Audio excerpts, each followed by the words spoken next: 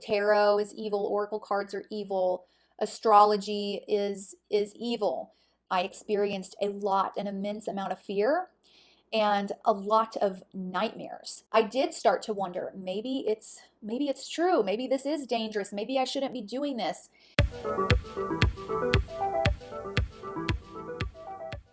Hello, my lovelies. Thank you for coming to this video. Get settled in, take a seat. I want to chit chat for a bit.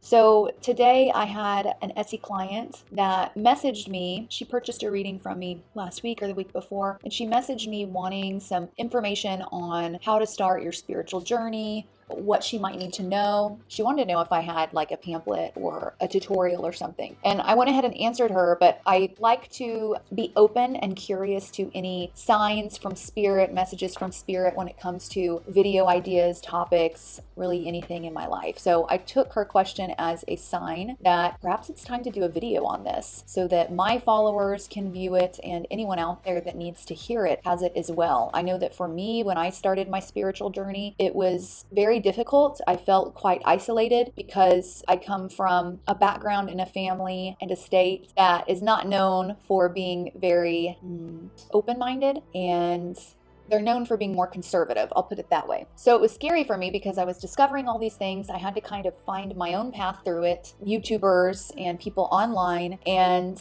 I didn't have anyone that could validate what I was going through or that I could learn from that was next to me. So I'm wanting this video to be a source of help to those of you who are questioning whether or not to begin your spiritual journey. Perhaps you're fearful of it or skeptical of it, but interested as well, and you need some questions answered. This will also be helpful for those of you who don't have questions but are just ready to begin and want to know the best tools and tips to get there. This will be a great guide for those of you who are interested in growing your spiritual gifts, your psychic gifts as well. So I'm just going to go through a little list I've created. I have my laptop here, and so I'll kind of scroll so that I can make sure I don't miss anything. And if there's anyone in your life that you feel like may need this video, or if you would like to use this video to help explain how you feel about spirituality, why you feel that way, sometimes it's easier to do that through a video. Feel free to send this to a parent, a family member, a friend, anyone that may be concerned or interested about your spiritual journey and how you are getting there. So with that being said, let's begin.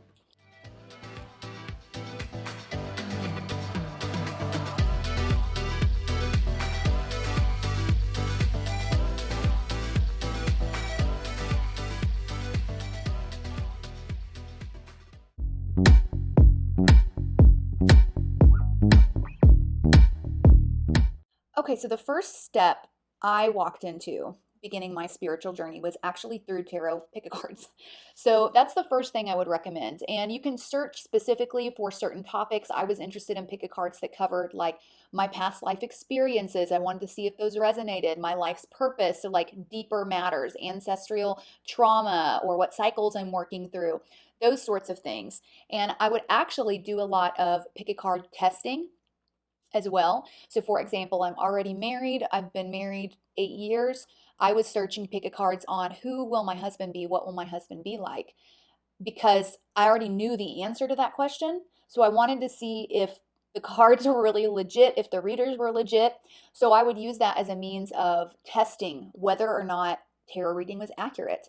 And sure enough, it really freaking was. It freaked me out. It really blew my mind how accurate the answers were that these readers were giving on YouTube. And I did literally, like, I was addicted, you guys. I was watching like probably close to 10 pick-a-cards a day anytime I had a free moment, because I just became so fascinated at how accurate it was. So I would recommend checking out some pick-a-card readings, but searching for some pick-a-card readings that have answers in them that you already know as well, so you can that will help validate that for you.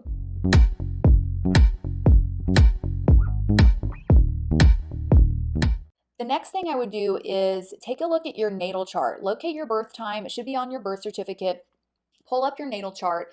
What I want you to look for is your ascendant sign, what sign your ascendant's in, what sign your sun is in, what sign your moon is in.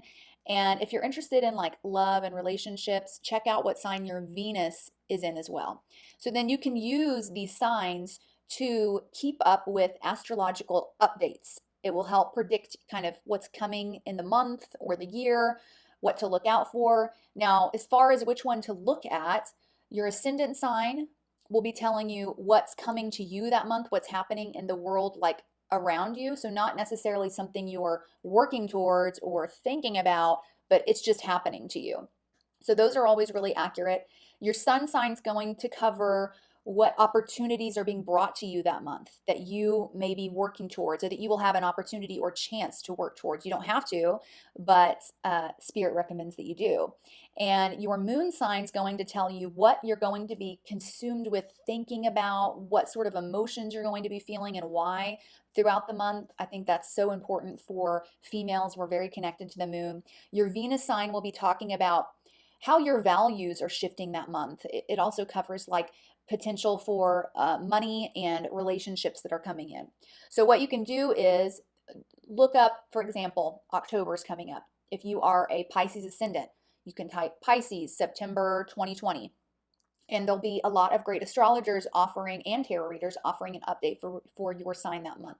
I would find someone who focuses on astrology or combines the both. So start using this in the way that we saw our parents waking up in the morning and turning on the news to check out the weather for the day. I replaced my weather check with my astrological check.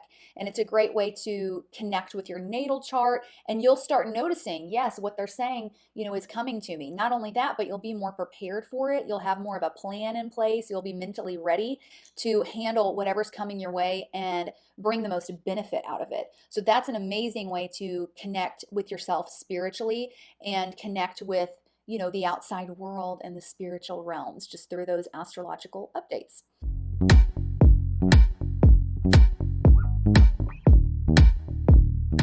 Okay, another way that you can connect with your spiritual team is through new moons and full moons. Now, a new moon and a full moon happen every month. So every month we have a new moon and a full moon. They're 2 weeks apart. So this will be kind of a regular upkeep. And I really enjoyed doing this, first off, because it made the month special. Every month was special. Every month there was a new moon. What sign was it in? Full moon, what sign is it in? I'd usually make a day of it, either cooking something special that evening or making time to go outside and look at the moon and take pictures. But what this time should be used for, as far as connecting to your spiritual team, is manifestation. So every new moon, you can write out a list of things you want to manifest into your life that month. If it's a new or full moon eclipse, you can actually write out the things you're wanting to manifest over the next 6 months to the next year to come. But for just a standard new moon, you can write a list out of what you want to manifest over the next month. And then when the full moon comes, full moons are for releasing. So you write out a list of, I say 10 is good, 10 things that you want to release or let go of or detach from that month. And they don't have to just be physical things. These can be emotions as well. Full moons are great for doing like a forgiveness ritual or detaching yourself from like exes or relationships that have broken down. Okay, so new moon is for bringing things in, and you can write out a list, say a prayer. You could do a meditation if you want. You could look up a little spell to go with it. And then full moon is for your releasing list, what you want to let go of, maybe unhealthy eating habits or the way that you handle your emotions, forgiveness, workout, like your routine maybe is too chaotic, whatever it is. So letting go is for full, bringing in is for new. And like I said, this is going to be a monthly sort of thing, but it's a great way, it's a great excuse for some time to yourself, some time for thought and reflection. Kind of feels like journaling. You can even, in the very beginning, what I would do is before I'd write my manifestation list, I would pull a few oracle cards or tarot cards, ask spirit, ask my guides what they would like me to try and manifest for the month. So it's a really fun ritual to keep up with, but it's also a great way to start tapping into a deeper sense of your spirituality. And especially when you see things changing, if you keep like a journal, that's what I did. And then looking back 6 months later at my list of what I manifested and then seeing so many of those things coming into reality is great validation for you as well.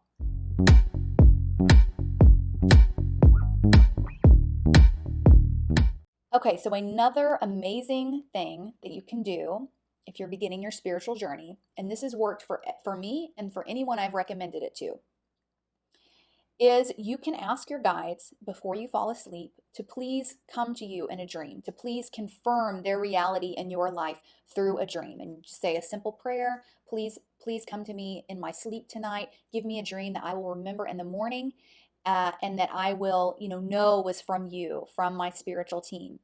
Now, this doesn't, I did it when I first opened up to spirituality and I was questioning, is this real? I need some sort of confirmation. I decided to try it out. And that first time I did it, it worked. And I was amazed and so excited. And I had a couple other people in my life who were starting their spiritual journey do the same thing. And they called me up the next day. Oh my gosh, Addison, it was incredible. This is what I dreamed about. So if you're a person that needs some sort of confirmation like that and you're kind of questioning and second guessing, you can absolutely ask for that. And like I said, every time I have done it or someone else in my life has done it, like for the first time, it has always worked. They always come through.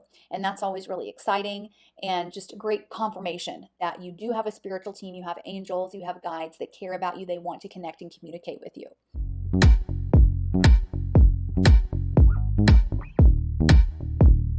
Speaking of dreams, I will also say that it's very important, walking into your spiritual journey or not, really for everyone, to analyze every dream that you have. Our dream is either a manifestation from our subconscious trying to communicate with our conscious mind in the only way that it can, or it's a direct message from our spiritual team or the spiritual realms, because it's so much easier for them to communicate to us through dreams, because that's when our conscious mind is at rest. It's not interfering. Our ego isn't interfering. So every single time you have a dream, no matter how silly or nonsensical it may seem, take time to analyze it. And I am going to be doing a video on how to analyze your dreams. I've been doing that since I was quite young, and for other people in my life have come to me and asked me to interpret. And it's really pretty simple to figure out.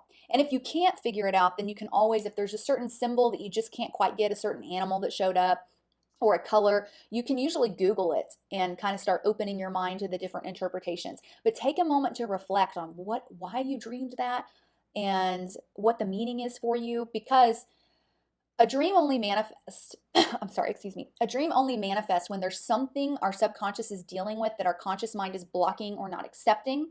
And it actually creates a heaviness around us. Like we need to deal with it. So the subconscious tries to emerge it and push it forward through a dream. But if you don't validate the meaning, if you don't finally realize the meaning, you won't be able to release whatever that message is. And you will either, continue having that same dream over and over again because the meaning isn't clicking with you, or you're just going to have this sense of heaviness about it.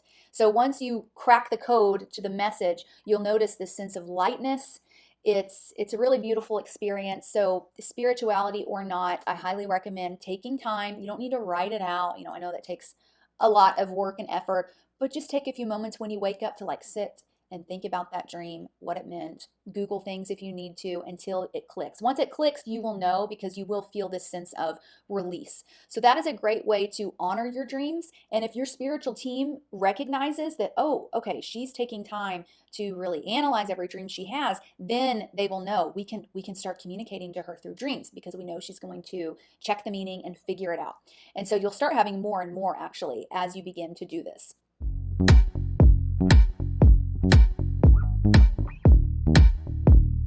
Okay, another thing you can do as you begin your spiritual journey is you can ask your spiritual team for signs and synchronicities. But then remember to keep your mind open and curious for whatever comes. Now, I think most people, when they ask for signs and synchronicities, especially if you're just beginning, may expect to physically see an angel or hear an angel's voice in their ear, or see something really magical and amazing. But our spiritual guides typically communicate to us through repeating numbers that we'll see. They'll have a certain animal or insect cross our path. We may notice that we're seeing the same color throughout the day over and over and over again. And thank God for the internet, we can very easily Google spiritual meaning to the color red, angel number meaning 22. What's the angel number meaning? A dog, spiritual meaning, spirit guide message. It's very easy to Google these things. Another thing you may notice is I very often, once, and this happened after I stepped into my spiritual journey, noticed that when I glance down at the clock, it's 7:27. which that's my birthday. I was born on July 27th, and I've had other people in my life who are experiencing this or have as well. So, and I think a lot of times that is just confirmation that you are on the right path, or yes, we're here, we see you. So you'll notice little bitty things. You have to keep your mind curious and open to it, and don't expect something super tangible, if that makes sense. They will often sometimes send you messages through other people as well. So there may be a question that you want answered that has to do with you and your personal life. And you can ask your team to send you the answer. And then maybe you're in conversation with someone or watching a particular TV show, and this sort of dilemma or dynamic comes up, and they say something and it clicks, and you're like, that's the answer. So it can be through other people as well. A lot of times I'll ask my spiritual team, please make sure that if that any like videos, send me videos to my YouTube newsfeed, like recommended videos that are things you guys want me to listen to or watch or learn something from. And so they can do that as well if you ask, of course.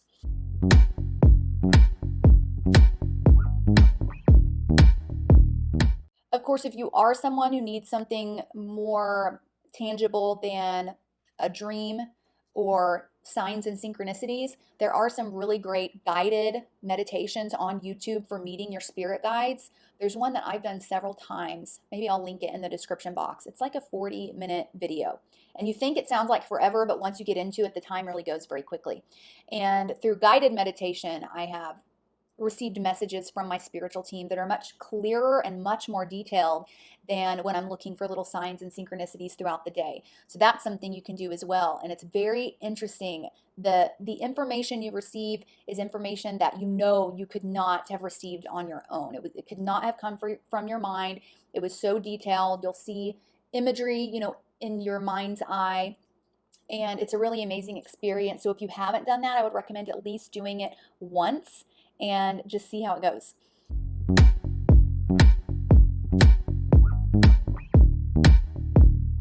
So now I'm going to get to the last few things on my video, which are actually the most important when it comes to your spiritual journey. And the first thing is to know that, especially when you're starting, but you know what, even throughout, even after, there are going to be moments where you feel highly, highly skeptical of everything going on around you. You'll be questioning it. You'll be thinking, are these things just here because I'm looking for them? Is this all just in my imagination? Is it all in my head?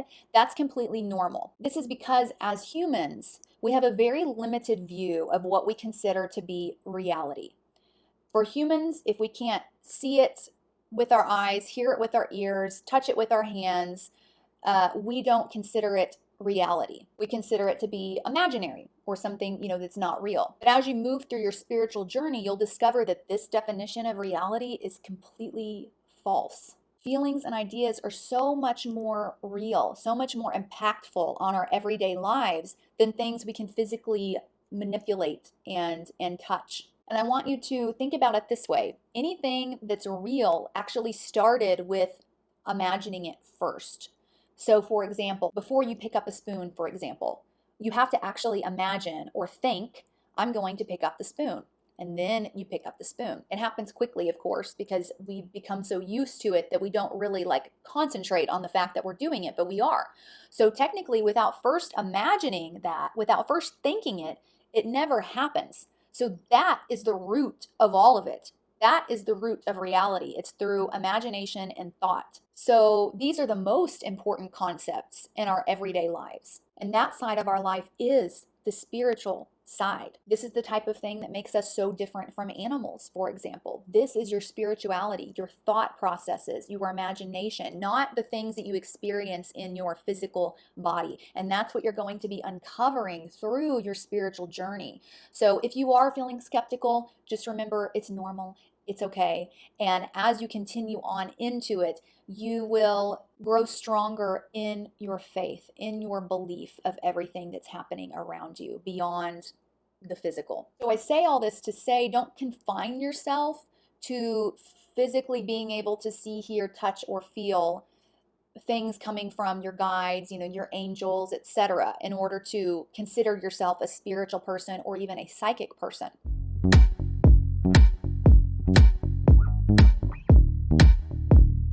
The voice that you will hear from your guides will likely sound just like your own thoughts. As you become more well practiced in this area of your life, you will be able to discern which thoughts are coming from you and which thoughts are coming from your spiritual team. Thoughts that just pop into your head, those are the thoughts that come from the spiritual side. It will be important during this process as well to discern which thoughts are coming from your spiritual team, the group of guides and spirits that love you and care about you and want to keep you aligned with your path and more closely aligned with God, and thoughts that are coming from other entities that want to stray you from your path, that want to work against you. And because the majority of humanity isn't practicing this sort of discernment when it comes to their thoughts, they're very easily led astray because they attribute every thought to just their own mind and their own thinking and their own reality.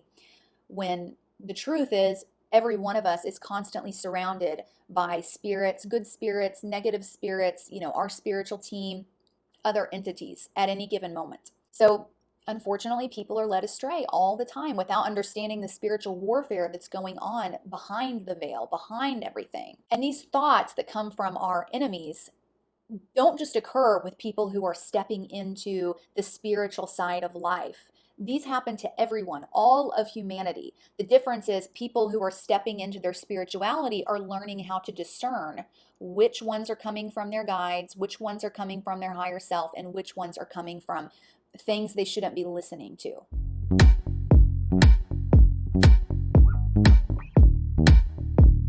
The other thing I want to say about your spiritual journey is it's going to be so important that you eliminate fear from this process. If you believe that God is truly more powerful than anything out there, then you have no reason to fear. If you are connected to God, then what's there to be scared of? Nothing. Your spiritual team, the spiritual team that's working for God, for Source, for the Creator, is stronger and more powerful than anything else out there. That's the truth. And once you attach to the core of that belief, your fears will begin to subside.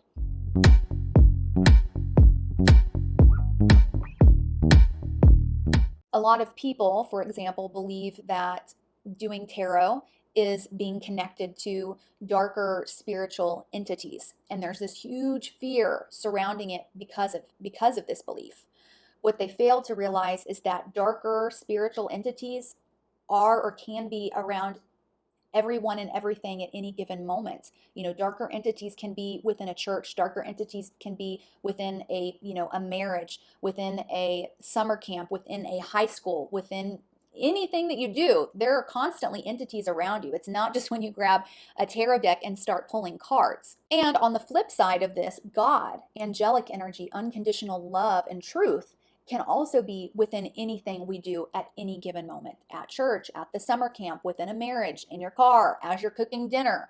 So it's really about a choice of which one you're going to connect to. It's not just during tarot and during natal chart readings or meditation that spiritual entities surround you. It's at every moment of every day. And these spiritual entities are constantly feeding us random thoughts, ideas, suggestions. So just as a person could not be able to discern a negative entity, let's say they're spiritually unaware, and therefore they could allow that negative entity to lead them astray and infiltrate their life through their decision making and their relationships, a person can also pick up a tarot deck and blindly do the same thing.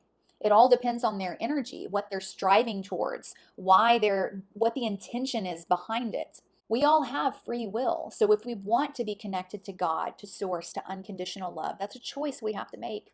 Just like we're able to make the choice to connect to darker, lower energies and to evil if we wanted to. So what I'm trying to say with all of this is that every aspect of our life is a part of our spiritual journey, whether we're aware of it or not. So begin to approach your everyday life, your morning routine, your commute to work, your grocery shopping, going to the gym. It's all a spiritual practice. Take time to pray and thank God and your angels for surrounding you in everything that you do and being grateful for their help.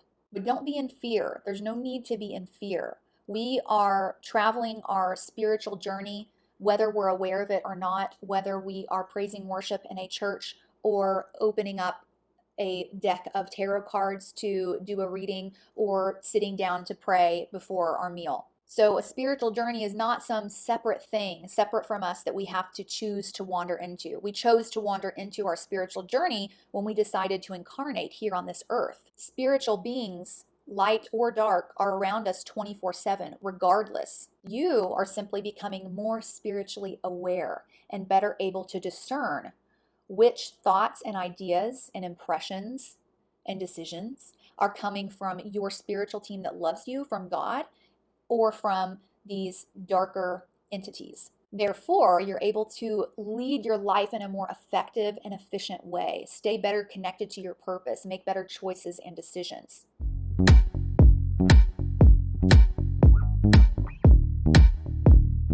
I do want to give you all a warning about beginning your spiritual journey, but not to scare you off. That's why I covered fear just before. But there is something I need to say about something else I need to expand on about this topic. I want you to be prepared for a few things so that you don't give up as you're walking closer to God. As I was saying previously, there are always many spirits and entities around us. And if you've been living a more spiritually unaware life for a long time, or even just like a very regular sort of life, okay? Let's say you are a good person, but you're just delving more into your spirituality.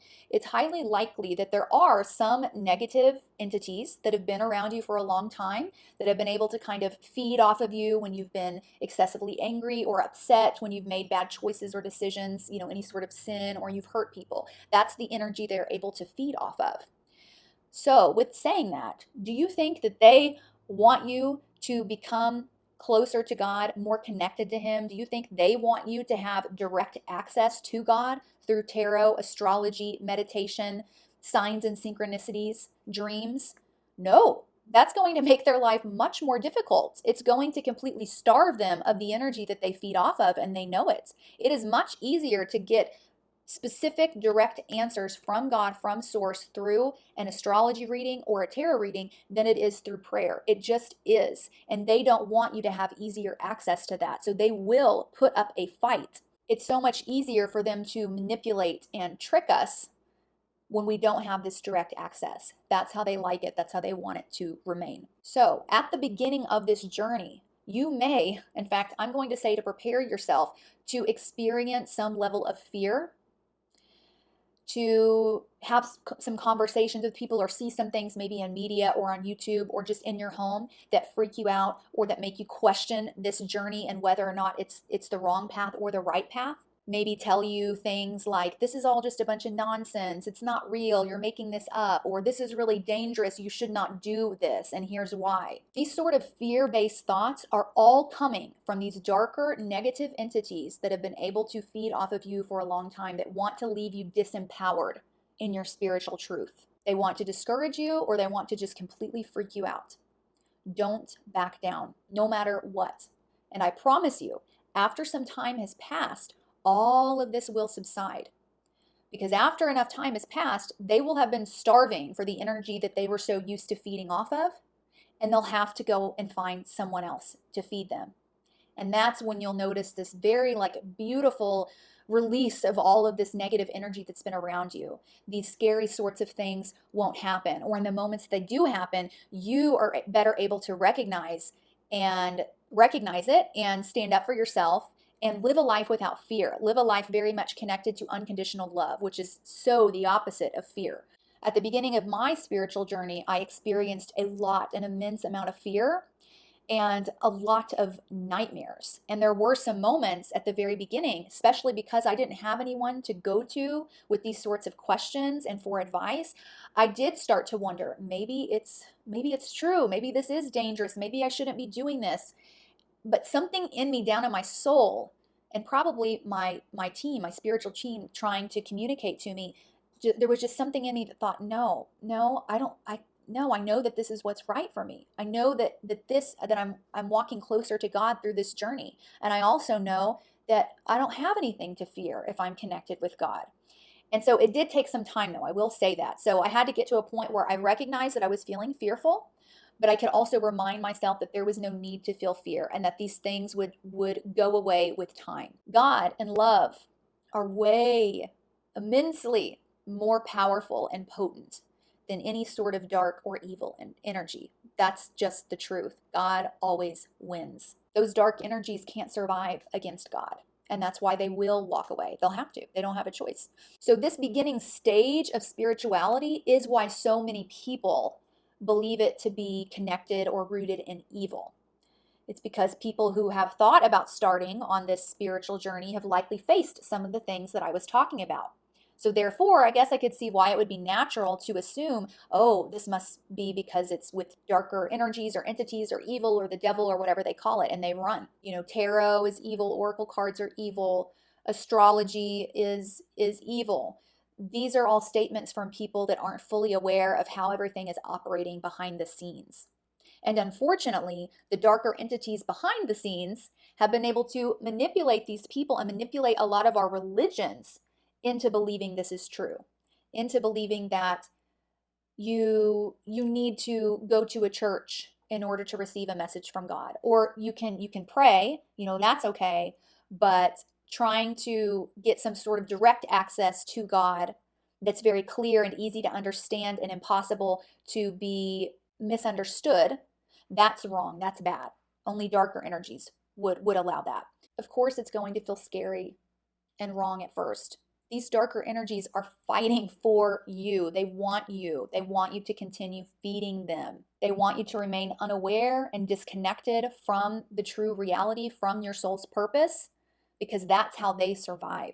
If you are able to receive clearer and more precise answers from God through tarot and through astrology, meditation, whatever it is, they lose in the end because you are walking closer to God. So just stay strong, and those sort of scary experiences will subside. And then at that moment, you'll be fully surrounded by the love of your spiritual team and nothing else. And you'll notice that you start making consistently better and better decisions. You start improving yourself much more quickly than you were able to in the past.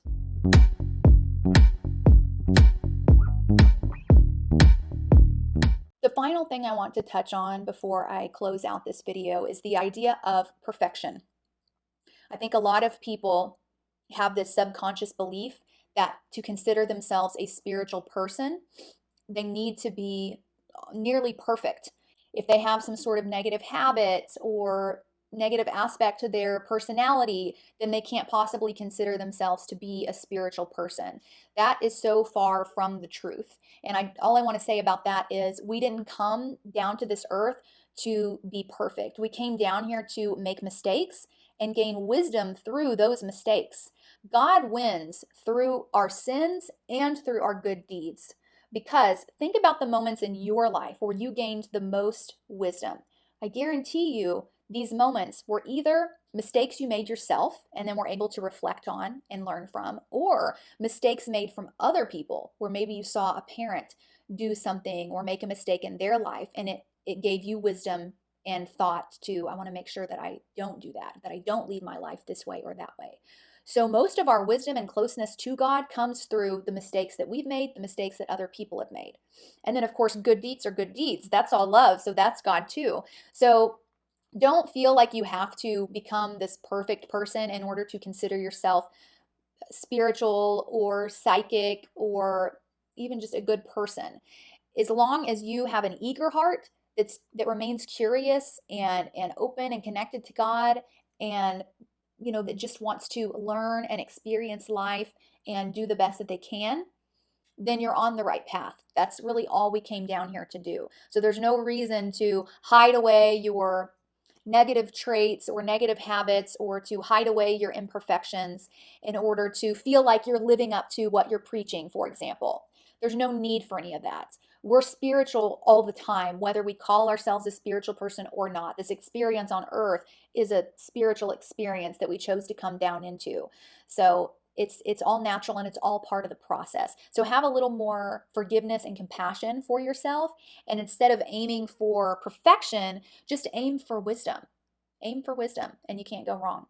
Okay, I hope this helped give you guys some clarity on my spiritual experience. I would love to open up more and tell you how I was able to go from being spiritual, like in the closet, to finally opening up to some important people in my life that I was very scared to open up to, and how that went for me and what I learned from it.